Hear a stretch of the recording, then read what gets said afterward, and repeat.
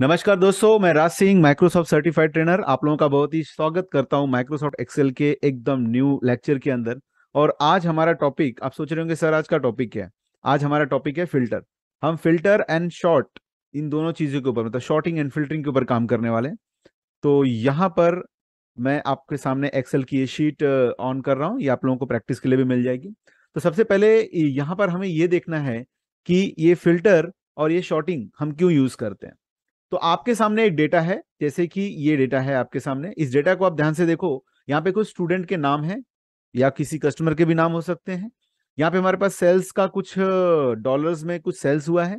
Country हमारी UK और US में है। फिर क्वार्टर 1, 2, 3 एंड 4 में है।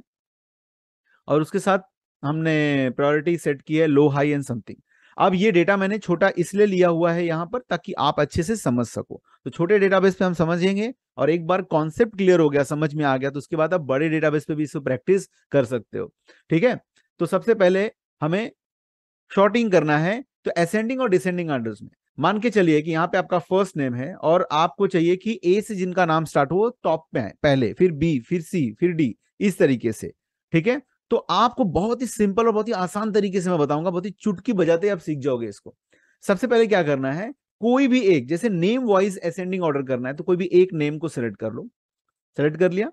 उसके बाद आपको जाना है डेटा पे। डेटा पे आप जाओगे तो आपको फिल्टर, शॉर्ट एंड फिल्टर के ऑप्शंस मिलेंगे।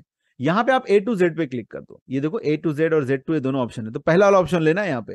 तो ए टू जेड पे क्लिक कर दिया तो देखो पहले बी आ गया, फिर जे, जैसा डेटा होगा तो सब डेटा जिस ऑर्डर्स में चाहिए असेंडिंग आ गया।